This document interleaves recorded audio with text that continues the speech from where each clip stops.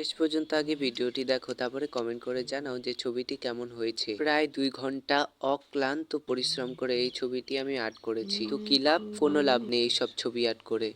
আসলে লোকেরা ভাবে যে আর্ট করে তার সব আঁকাই সুন্দর হবে, আসলে তেমনটা নয়। যে আর্ট করে সেই জানে ঠিক কতটা ধৈর্য শক্তির প্রয়োজন হয় একটি আর্ট করতে গেলে। আচ্ছা, তোমাদেরকে যদি বলা হয় কর্ম করে যাও, ফলের আশা করো না, তাহলে তোমরা উত্তরে কি বলবে? বলতে চাইছি যে বছরের পর বছর ইউটিউবে ভিডিও খালি পোস্ট করেই যাবে, আর যখনই তোমরা লাইক আর ভিউজের আশা করবে তখনই তোমার দিক থেকে মুখ ফিরিয়ে নেবে। যেই ছবিটি তুমি 2-3 ঘন্টা ভরে আর্ট করবে, আর সেই ছবিটাকে খারাপ বলতে লোকের 2 সেকেন্ডও লাগবে না। আজ 2 বছর হয়ে গেল ইউটিউবে আমি ভিডিও পোস্ট করছি, কিন্তু তেমন কোনো লাভ হয়নি। আচ্ছা বাদ দাও, দুর্গাপুজোর এখনো অনেক দিন বাকি। তাতে কি হয়েছে? দেখো, আমি আজকে আর্ট করতে বসে পড়েছি একটি দুর্গা ঠাকুরের ছবি। যে একটা হাসি হাসি মুখ করা যে ছবিটি দুর্গা ঠাকুরের কয়েক বছর আগে ভাইরাল হয়েছিল, সেই ছবিটি আজকে আমি আর্ট করতে চলেছি। এই হাসিটি এক পলকে মন কেড়ে নেওয়ার মতো।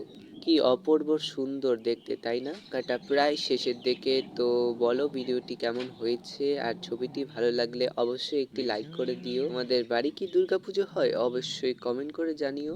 পর্যায়ে মনে হয়েছিল ছবিটি হয়তো আমি সম্পূর্ণ করতেই পারবো না। এটা ছিল আমার আঁকা মা দুর্গার ছবির প্রথম পার্ট। দ্বিতীয় পার্টের জন্য অপেক্ষা করো। তো আজকের মতো এইটুকুই, দেখা হবে আগামীকাল পার্ট 2 নিয়ে।